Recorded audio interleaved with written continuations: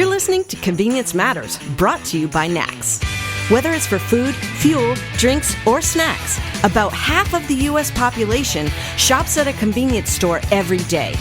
We'll talk about what we see at stores and what the future may hold for our industry.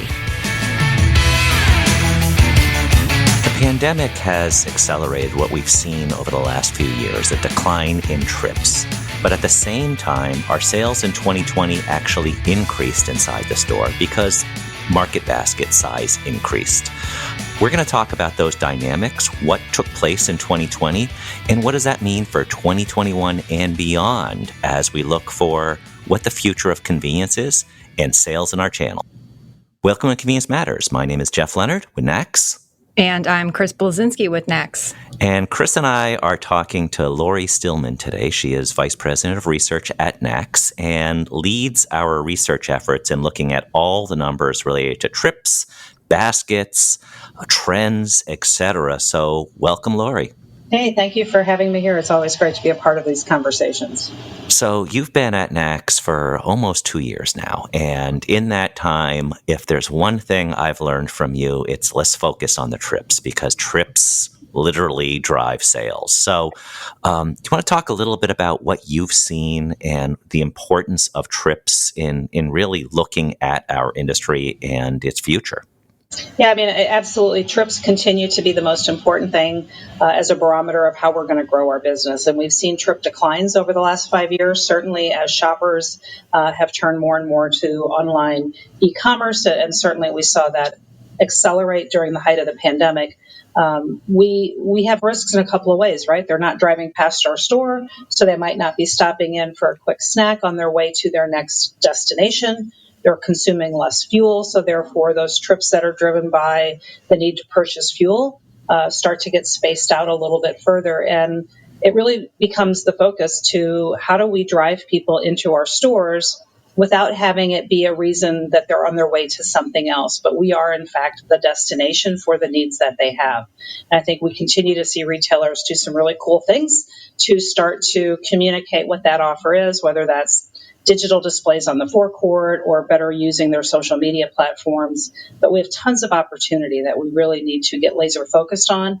And in a post-pandemic world, we have opportunities to capitalize on some of the gains that we made with shoppers who came into our stores that might not have been in there before, that we now need to turn those trials into repeat purchases. And I would imagine some of the decline in trips over the last couple of years, in addition to online, is when I drive around in the area, I always look who's selling snacks, who's selling drinks when you go into other stores, and not just competing markets, but anyone. You go to Track Auto and there's a cooler there. You go to the Home Depot and there's a cooler and they're selling candy bars. PetSmart does not just sell food for pets if you go up to the register. So I would imagine over the last few years that has also eaten into some of the trips that we normally would get. That people have found that they're just going to get that drink or that snack somewhere else that they already are. And that's another reason that we've seen the decline in trips over the last few years. Absolutely right. So I think everybody has realized that there's an opportunity to capitalize on the immediacy of need that shoppers have. And some of the categories, which are our core categories, salty snacks, candy, packaged beverage, well, there's lots of opportunities for other retailers to have an offering in that space. Might be a limited investment for them to do that. And if it's giving back the shopper a couple of minutes of time and a little bit of a treat in the midst of an otherwise unpleasant task or pleasant task, as however it might be, then yeah, those are trips that we might not be getting. And so we have to think about how do we communicate what we have and how do we make it so preferred that even when they are presented with opportunities to buy candy or snacks at their local fabric store or at their local automotive store, that they still prefer to come into a convenience store because of the depth and breadth of what we offer. And I think our big differentiator in all of this is the prepared food offer, the coffee, the salads, the sandwiches that we've taken years to build up. Because I'm pretty sure that people aren't going to say, you know what, I'm going to go get that salad from Home Depot, or while I'm getting my oil changed, I'm going to go get that sandwich at the lube place. So they still have a lot of work to do in terms of if they're serious about food, or if it's just somewhat of just a niche just to satisfy that quick snack. And that seems to be one of the big opportunities in how do we maintain those trips. And particularly, I believe we've seen an increase in trips as we go later on during the day. It used to be trips were essential in the morning, and now we've seen with the pandemic coming with people either not commuting on a regular basis and then getting out of the house a little later, or picking up things on the way back as opposed to the way out, that we're seeing just a kind of a shift in some of the trips too. Yeah, the whole conversation around day parts, and certainly, the quick service restaurant side of the competitive set, they live and breathe day parts. That's how their menus are arranged. That's how they serve up offers. That's how they do their advertising. And we have lots of lessons, I think, that we can learn from how that channel interacts with shoppers in terms of making sure that we too are being relevant in the day part that the shopper is in the store, as well as suggesting to them things that might be relevant to the next day part. I think about going to a very famous Seattle-based coffee shop and knowing that while I'm there, I can pick up lunch when I'm buying my morning cup of coffee. And we too need to think about ways in which we can either bounce people back later in the day, like that coffee chain does with their happy hour coffee pricing and later in the day, with a receipt from that morning, or just simply training our sales associates in store to be better at suggestive offers. One of the things that we recently gleaned out of the convenience voices study that NACS did last summer was the leakage associated with food service in convenience stores. And so for as great of a job as our industry has done in really evolving and expanding our food service offerings, we still are leaking 30% of our shoppers who tell us that when they're in a convenience store in the next 30 minutes, they're going to stop at a quick service restaurant. And the math on that is pretty mind-blowing when you look at 165 million transactions a day and a $6 average ring at a quick service restaurant. We're literally leaking over $100 billion a year. Now, if we just won back 10% of that, that's a $10 billion plus. That's some nice win to put in our sales. And I think there's a couple of things we have to do. One is I think we have to really be cognizant of the increasing sophistication of the consumer when it comes to food service offers. Right? Our industry is not necessarily consistent in terms of healthy, fresh, quality offerings. And I think that we see consumers more and more picking destinations based on the health kind of forwardness, if you will, of the offer. They may not actually buy that, right? I might go into McDonald's because they have a salad, but I'm still getting an order of fries, which probably isn't the healthiest thing for me to eat. But knowing that I have the opportunity to make a healthy choice, I think is something that operators in our channel need to ensure that we're doing at every level. And it doesn't require a full service fresh prep kitchen. That's very costly for a lot of operators, but they certainly can think about, hey, do I have a fresh, basket of bananas and apples and oranges that I can sell to a shopper when they're in the store? Or can I have the latest in a plant-based yogurt or something that I know is super on trend? Don't have to lean in and have a whole, 12-foot set of health and organic product, but a couple of really great, attractive trip motivators that are basket builders, that are fresh, and can inspire people to perhaps pick something up that they otherwise might not do. And we have to teach our people to be suggestive in selling, right? When somebody's in buying a pack bev, knowing that is a leading indicator, 36% of those shoppers tell us they're going somewhere else for food service. How do we capture them at that moment to say, hey, have you tried our great new salad or, bacon cheeseburger or whatever it is that we're pushing, and make sure that we're suggestive selling to shoppers when they're in the store. I think that's an opportunity that too often is untapped in the rush to get the customer checked out and on to the next. I thought there were some interesting insights during the State of the Industry Summit, particularly by the folks at Parker's, where the hot dispense beverage and fountain area has been decimated from the pandemic, right? Self-serve was taken offline. They spoke to using or being able to lift sales in those categories with prepared food and bundling those offers, as you're suggesting. Yeah, I think that's the idea of cross promotion. And as we look at the numbers from what happened last year in the height of the pandemic, there were a couple of really telling indicators for opportunities that we have. We saw single cans of pack bev or beer convert to larger pack sizes. We saw shoppers looking for, instead of an immediate consumption size of a salty snack or a cookie, they were looking for something that they could reseal and use later or take home and share with others. And we need to think about when those moments occur. If someone is in buying a 12-pack of beer, what might they be looking to go with that? And are there things that we can do in terms of, with this 12-pack of beer, you get $3 off a food service purchase? Or what can we do to do cross-category promotions that really push the right categories to stimulate purchases in food service over the course of the day and the right day part?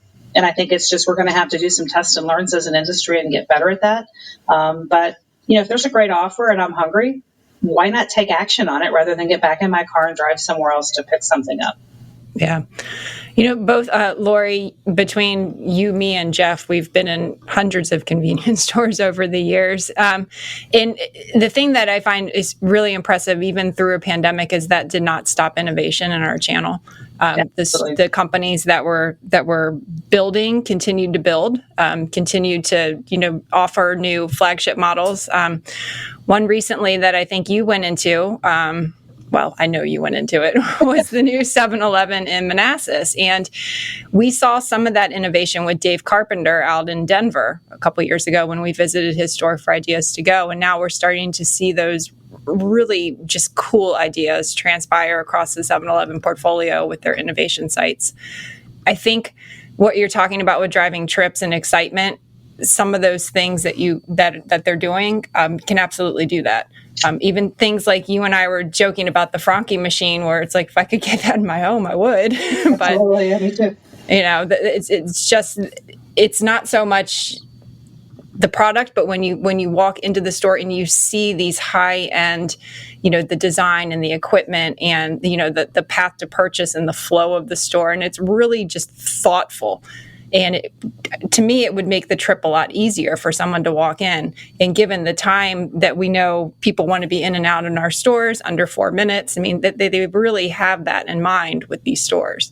Yeah, absolutely. So, that Manassas store, which, happens to be, just a couple of miles from my home, and I watched the old location get torn down and the new site go up. And when I saw some social media buzz that the store had its soft opening, I went to check it out. And, there were a couple of things that really stood out to me in terms of what they're doing in that store that I think other retailers can take a lesson from. First was, the ceiling is higher, the gondolas are lower, so you have this amazing feeling of space inside the store with a ton of light.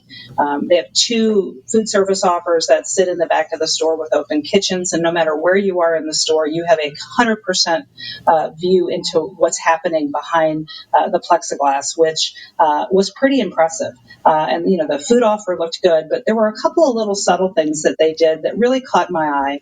First, everywhere you looked in the store, they had opportunities for subtle but accessible sanitation, whether it was gloves that you could put on hanging next to the food service or the dispensed beverage aisle, whether it was hand sanitizers in a couple of strategic locations. They really were, in the height of the pandemic, being super sensitive to the importance of safety in the eyes of the shopper. But the assortment that they had, not only were they really expanding on food for later, cases of water, gallon sizes of water and juice and beverage, but they had with that the immediate consumption available as well in a different section, right? So you saw the full box of Oreos over here and you saw the Oreo sleeve over there, but it was really enabling shoppers to kind of work the store.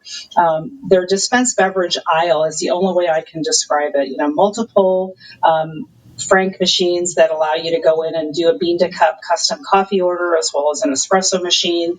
And all of their other cold and frozen dispensed beverage machines were super digital and engaging, which allows the shopper to experience the store, not just shop, but actually create their own food offer, customize the flavors that they want. One of the other things that I thought was really great that they have all throughout the store are little hang tags on products, letting you know what's organic, what's new, what's a local favorite. And again, I think as shoppers are looking for more healthier opportunities in the store, knowing that somebody is paying attention to ensuring that we've got an organic packaged beverage juice, we've got a paleo or a keto-friendly snack, that just helps somebody make that decision at the point of purchase and not have to stand there and turn packages around and try to figure out which one fits their lifestyle or their diet. And so the other thing that was really evident in the store is because they had leaned so forward on, I think, some of the digital and experiential machines for beverages, is the staff were in the aisle. And they were excited about the new store. They were talking about why things were the way they were. And I hope that lasts long past their grand opening, because, one of the opportunities we have as an industry right now is to connect with people. And as everybody has been living in a digital world, when they get into a store, it's difficult. It's hard to see the smile behind the mask.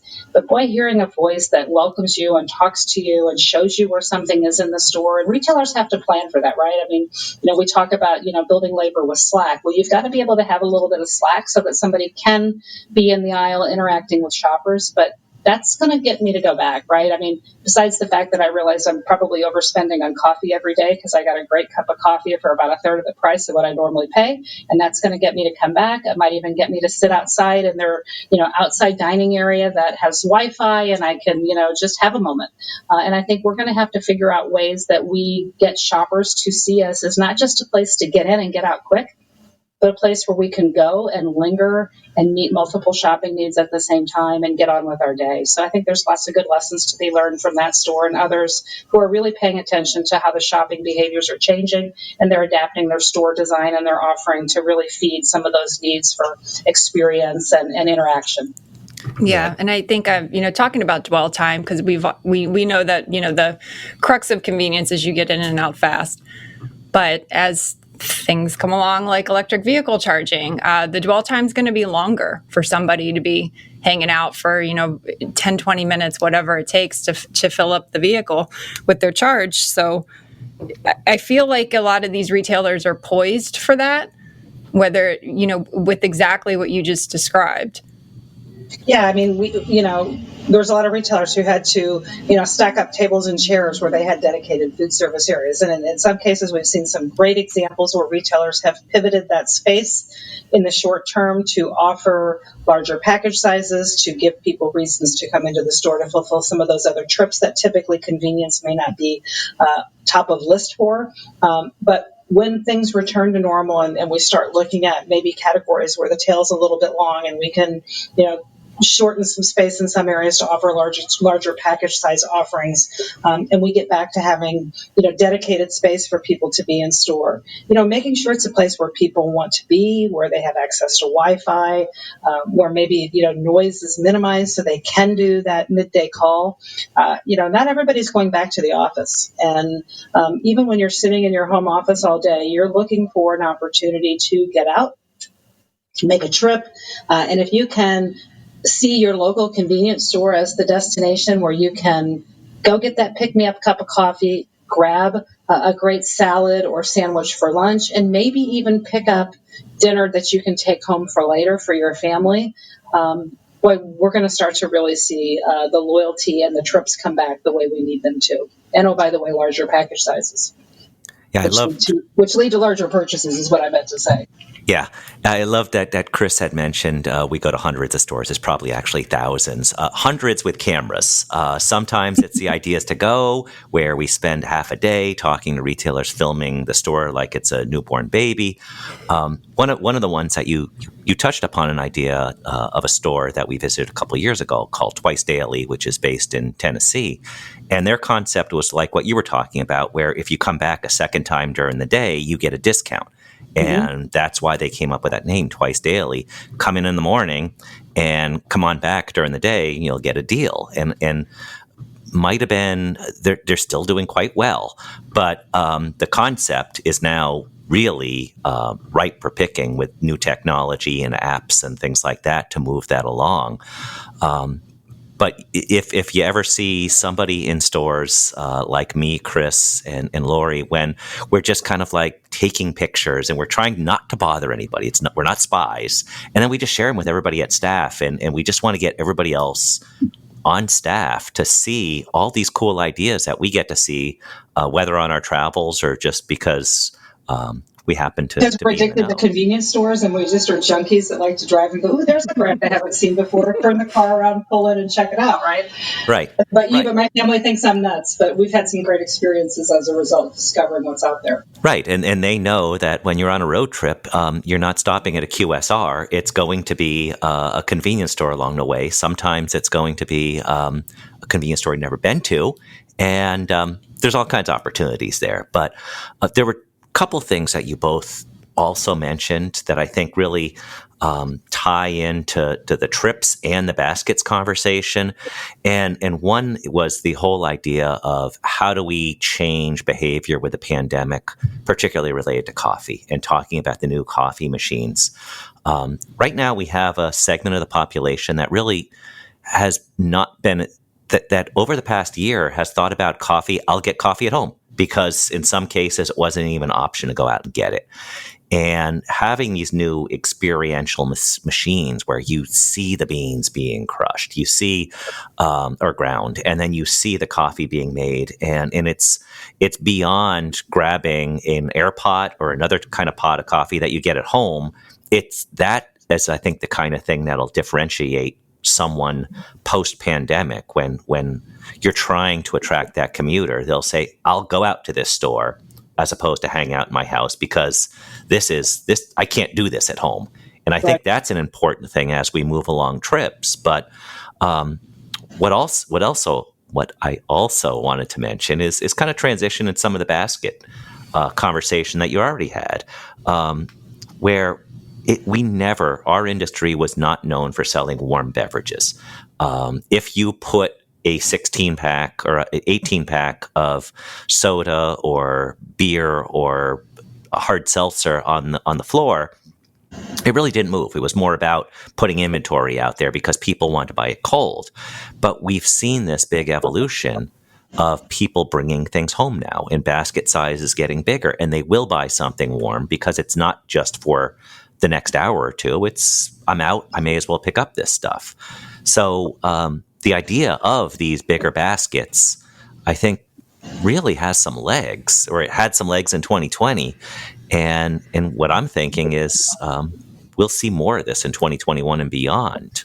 Well, I think we will, but I think we have to be really mindful of the fact that what people do when they don't have an opportunity to get what they need somewhere else is not going to necessarily lead to long-term behavior changes, right? So when my favorite brand is back in stock, there's a lot of categories where people will pivot back. I think one of the things that our industry is known for that is not necessarily a positive trait is we do have a price perception that the offerings that we have are more expensive. And so one of the things that I think as we're planning for the future, we need to be mindful of, how do we overcome that price perception? And in some cases, it might be having an opening price point that is lower than what we've historically carried in some of those categories where people may want to look at us for that quick trip or that fill-in trip and not just that last-minute item.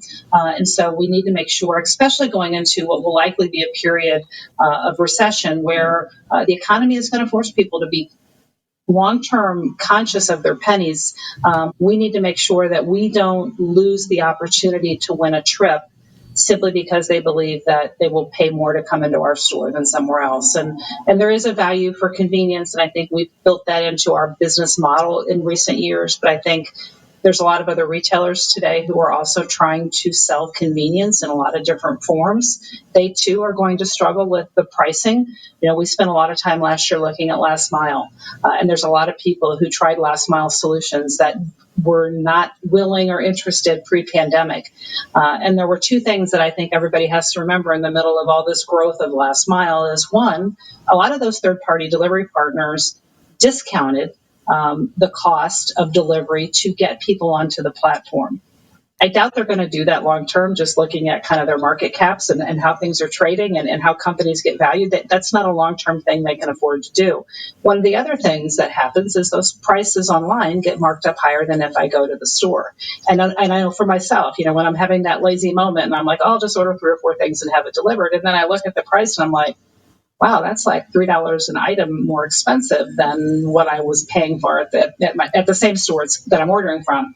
And it incensed me just, forget it. I'm going to hop in the car and go get it. It's not worth spending an extra $20 to get 4 or 5 items. And so I think we have to make sure that the offer that we have, whether it's in store or how we serve it up with digital partners, doesn't price us out of the consideration set for the shopper when they're shopping. Yeah, amen. I remember growing up, my father on the way home from work would get milk at the convenience store because it was at the time, convenience stores were known as having the best price on milk. It got you in the store. And my dad being a guy, just like all of us, once we're in the store, we don't have a shopping list like women. We go in and it's like, okay, this is the start of picking up some impulse items. And he'd always come back with a couple more things than just milk. And then I think as we look towards that, where do we grow the trips on some of these large basket items that may not have the margin, but get them inside the store, not just for that purchase, but the ancillary purchases and the sights and sounds of the cool stores. Absolutely. Because you have all these things going on. And if you get them in the store and they see all this theater, it is much more an experience than it was a couple decades ago. It is, and I think even in our industry, like I spoke about the 7-Eleven store and this beautiful kitchen that you can look right into. But what they still weren't doing was maybe offering me to taste something, right? I've never had a 7-Eleven pizza. I don't know what it looks like. It looked really good in the case, and I'm thinking, gosh, how hard would it be if you're getting, within a couple of minutes of a fresh prepared item starting to get timed out, or you've made an order incorrectly, cut it up. Have some sort of little sample size, cups or paper trays that you can offer to shoppers to get them to try the product. I'm a big believer that if you get product in mouth, you're probably going to get it in the basket if it's a good offer. And we need to connect those dots for shoppers and just take them to the finish line to say, if you haven't tried it, let me give you a quick taste, right? The grocery store I shop at does that with their cheese. And, Costco certainly has built a business out of their demo platform. And I think we as an industry are lagging other channels in giving people opportunities to really experience what's new in our stores. And that's a big opportunity. Yeah, and I'm also a sucker for when I go to Trader Joe's or Costco or something like that, and they do the samples. And then you're just staring at the person there, and it's like, okay, I'll grab this. I don't want it. It's good. Yeah, sure. And then maybe some of that translates into more long term and does create that moment. I think that also what you're talking about with having all those employees down the aisle, you create that connection. You learn a little bit more about somebody. And then if you go to another store, you're cheating on these people and you already know them a little bit. So I think there's a lot of good things going on in our industry. We saw that with the 2020 numbers where we held our own. What about a couple things that you saw in 2020, just in wrapping this up, that you really are excited about to see how they play out in the numbers in 2021? Wow, great question. So I think the first is I do see us as an industry rapidly embracing drive-throughs and click and collect, right? So we are still competing with a lot of other retailers and quick service who are merchandising in time. And let's face it, it's a hassle to get the kid out of the car in the middle of a snowstorm and go inside. And it's easier to have somebody bring it and hand it to you or use a drive-through. And we've seen a number of retailers very quickly adapt to how do they give shoppers the ability to access everything inside their store, but through a window or from a designated parking space. So I think watching how that evolves in our industry is going to be super exciting. I think the pivot to larger package sizes, I think this industry has learned a really important lesson that people will buy warm beer at a convenience store and they will buy food for later. And so we've got to figure out what are the right offers that we need to have, and how do we merchandise it in a way that meets the needs of those shoppers who are looking. But I think we're going to see some stick-to-itiveness there that is going to last for a while. And we might see, a little bit of a pivot in the store assortment to more items that are food for later rather than food for now. So I think those are two things that get me really excited. I think the other thing that I am encouraged by is the adoption of all the technology throughout the store. And when we're in an industry where, there's lots of, risks of, higher mandated minimum wages and food safety concerns and the things that we have to be mindful of as an industry, using technology appropriately, using the data from that technology. I mean, come on, I can't talk about technology and data if I'm a research person and not talk about the importance of that data. But there's so much to be learned about what shoppers are doing, even with something as simple as, a frozen or hot or cold dispensed beverage, understanding the sizes that are selling on different day parts, understanding what flavors might be skewing to different times of day, and using that to fuel offer personalization or in-store promotions. There's so much opportunity. And so step one is we're leaning into new technology. Step two is, starting to really use it to drive decision-making in the organization. And that's what's going to close the gap, right? That's what's allowed the Amazons of the world to really build their business, is by using the data of what was selling on their platform